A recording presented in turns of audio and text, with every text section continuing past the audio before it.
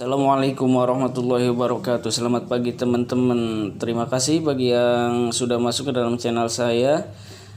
Semoga semuanya sehat selalu dan dipermudah rezekinya.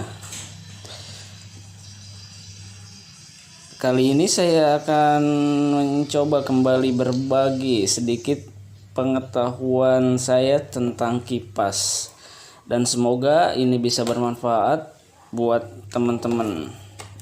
Baik, langsung saja kita mulai. Kali ini saya akan mencoba menjelaskan sedikit tentang apa saja yang ada pada kipas dan fungsinya.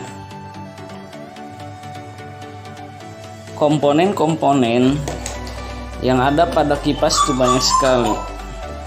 Cuman yang akan saya jelaskan sekarang adalah komponen pokok yang ada pada kipas.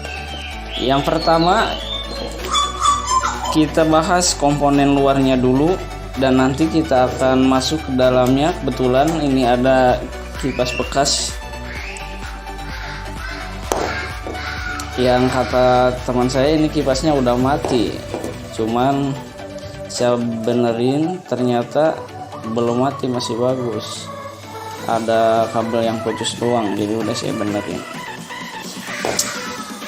Langsung saja komponen yang pertama yaitu tralis.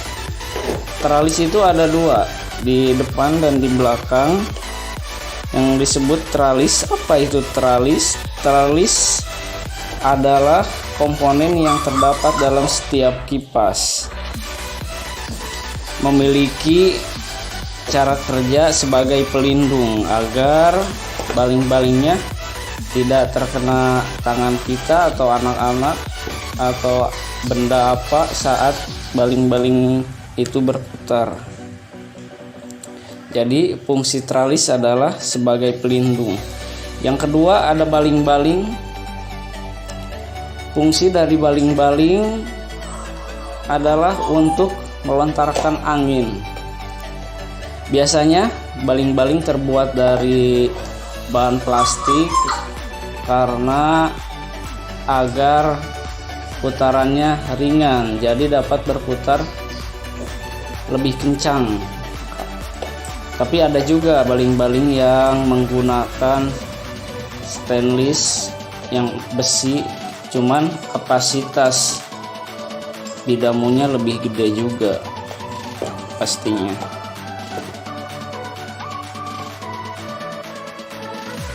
Yang ketiga ada koper mesin. Koper mesin itu sebagai pelindung mesin. Fungsi daripada koper mesin biasanya terletak di luar bagian bidamu mesin, yang pastinya berbahan isolator. Apa itu isolator? Isolator adalah bahan yang tahan terhadap panas. Lalu kemudian selanjutnya ada gearbox.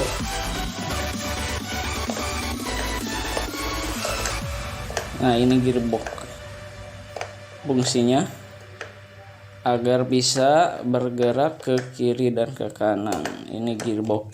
Kalau penampilan dalamnya gearbox seperti ini. Ini penampilan luarnya. Ini penampilan dalam gearbox. Ini yang disebut dengan gearbox. Lalu kemudian ada batang penyangga. Batang penyangga berfungsi sebagai penyangga.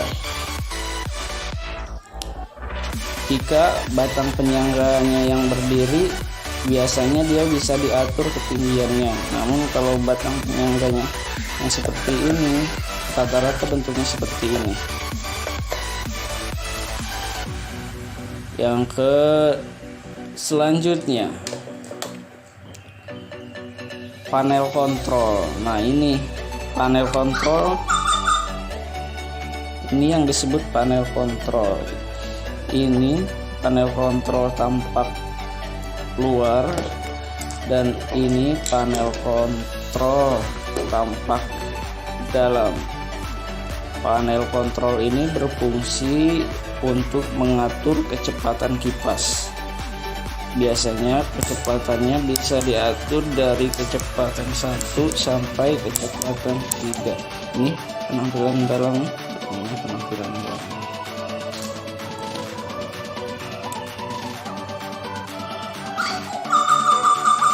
Yang selanjutnya ada colokan dan kabel. Pasti teman-teman tahu semua bahwa fungsi daripada colokan adalah untuk arus listrik yang diantarkan kepada dinamo mesin kipas.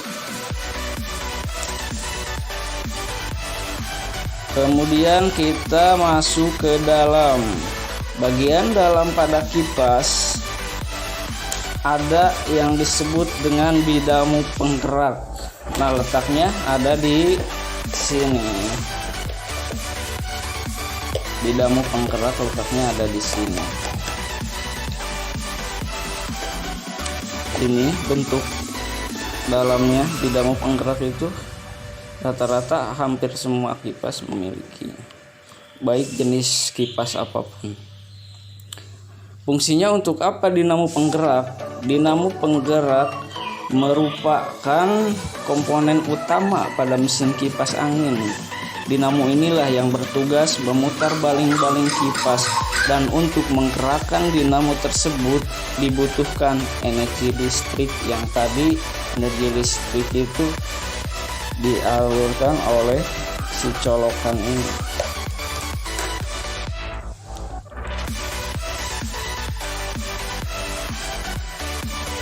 Dan tentunya bukan hanya dinamo. Di bagian belakang dinamo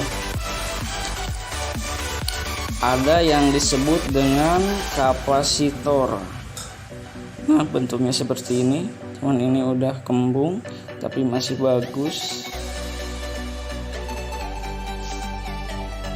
Ukurannya pun beda-beda, ada yang 1,5 dan ada yang 3.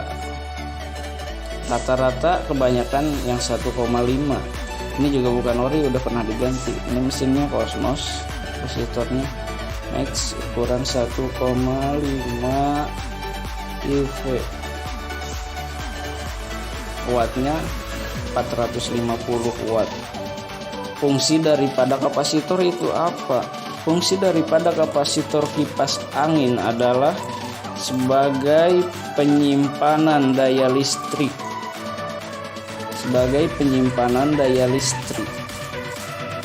Yang digunakan ketika melakukan putaran awal dinamo mesin penggerak dan setelah mesin kipas angin berputar. Jadi peranan kapasitor pada mesin kipas itu, pada dinamo kipas, sangat penting pastinya. Karena kalau tidak ada kapasitor, kipas angin langsung listriknya dihantarkan ke dinamo, akan menyebabkan dinamo ini cepat rusak. Baik itu jenis-jenis komponen-komponen dasar yang ada pada kipas. Terima kasih bagi yang sudah simak, dan jangan lupa ikuti video Bursang Kreatif selanjutnya, karena di video selanjutnya saya akan mencoba menjelaskan bagaimana cara memasang kapasitor pada kipas. Terima kasih. Jika video ini merasa bermanfaat bagi teman-teman, maka jangan lupa like, share, dan subscribe.